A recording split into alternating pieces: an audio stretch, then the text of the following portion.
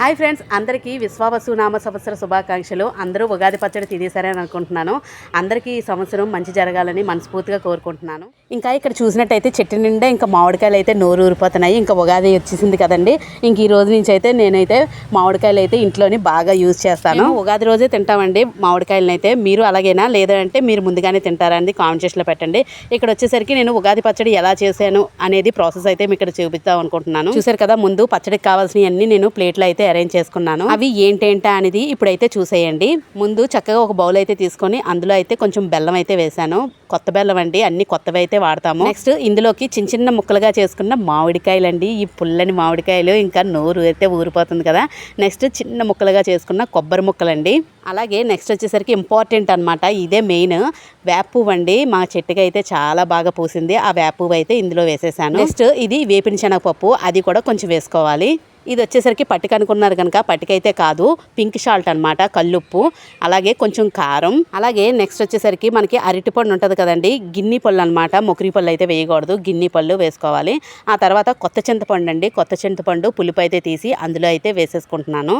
చూసారు కదా, అన్నీ బాగా వేసుకున్న తర్వాత చేత్తో అయితే బాగా కలుపుకోవాలి. చాలామంది స్పూన్తో అయితే కలుపుతారు, అస్సలు టేస్ట్ రాదు. కొంతమంది అయితే మిక్సీ కూడా చేస్తారు, మెత్తని ఫైన్ పేస్ట్ లాగా.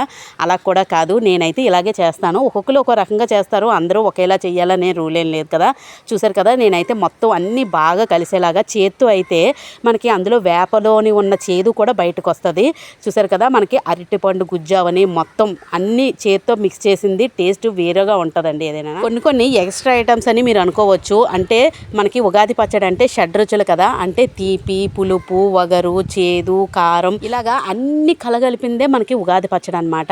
మనకి ఉగాది రోజే ఎందుకు చేసుకుంటాము అని అంటే, మనకి కొత్త సంవత్సరం అనేది ఇంగ్లీష్ది సంబంధం లేదండి. మనకి ఈ తెలుగు సంవత్సరాది మనం ఇప్పటి నుంచి అయితే మనం స్టార్ట్ చేసుకుంటాము. మనకి తెలుగు వాళ్ళకైతే న్యూ ఇయర్ ఇదే స్టార్ట్ అనమాట. ఇలాగా అన్ని రకాల రుచులతోనైతే కలిపి తింటామండి ఉగాది పచ్చడి అనేది. ఎందుకంటే మన లైఫ్లో కూడా ప్రతిదీ మంచి, చెడు, కష్టం, సుఖం అన్నీ వస్తూ ఉంటాయి. ఏ ఒక్కరికి మంచి ఉండిపోదు, అలాగని చెడు ఉండిపోదు.